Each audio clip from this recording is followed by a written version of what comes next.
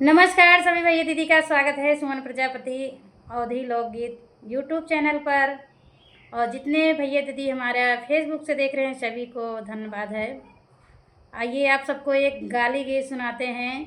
शादी विवाह में अगर गाली गीत ना हो तो शादी विवाह का मज़ा थोड़ा किरकिरा हो जाता है। बहुत लोग को शौक़ होता है गाली सुनने का, और कहते हैं और सुनाइए, और सुनने के बाद पैसा भी देते हैं।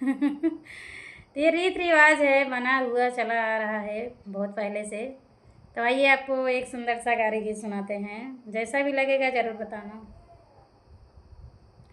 हाट बजरिया से आवेला बज जवा हो, हाट बजरिया से आवेला बज जवा यार के ले हैं लाल रंगा साड़ी। हाँ सीताराम से भजो अरे के ले हैं लाल रंगा साड़ी।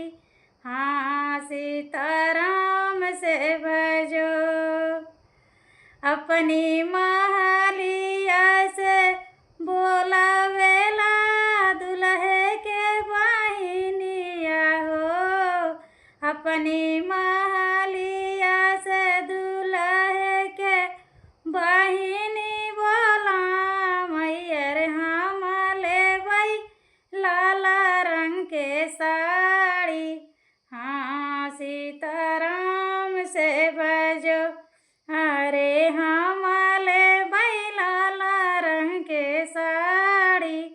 हाँ सीताराम से भजो हटिया बजरिया से आवेला बजा जवा हो, अरे के ले आई लाल रंगा साड़ी। हाँ सीताराम से भजो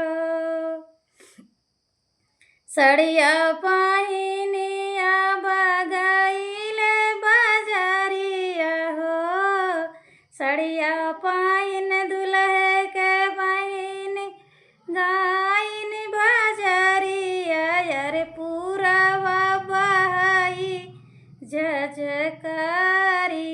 हाँ सीताराम से भजो अरे पूरावा बहाई ललकारी। हाँ सीताराम से भजो सड़िया उड़ाई उनकर काशी बनारस हो, सड़िया उड़ाई उनकर काशी बनारस। चोलिया उड़ाई गंगा पार। हाँ सीताराम से भजो अरे चोलिया उड़ाई गंगा पार। हाँ सीताराम से भजो सड़िया पावै उनकर पुलिस दारोगा हो, सड़िया पावै उनकर पुलिस दारोगा यार चोलिया पावई हो सिपाही। हाँ सीताराम से भजो अरे चोलिया पावई सिपाही। हाँ सीताराम से भजो हंसी हंसी मांगाई दुल्हे के बहिनिया हो, हंसी हंसी मांगैया दुल्हे के बहिनिया दाई देता भैया मोरी साड़ी। हाँ सीताराम से भजो अरे दाई देता भैया मोरा साड़ी। हाँ सीताराम से भजो सड़िया ते देवै दुल्हन काही शरत पे हो, सड़िया देवै रानी काही शरत पे रतिया गुजारा खुशहाली। हाँ सीताराम से भजो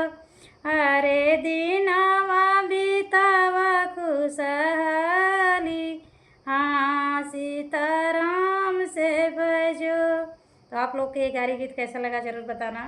जय श्री कृष्ण, राधे राधे।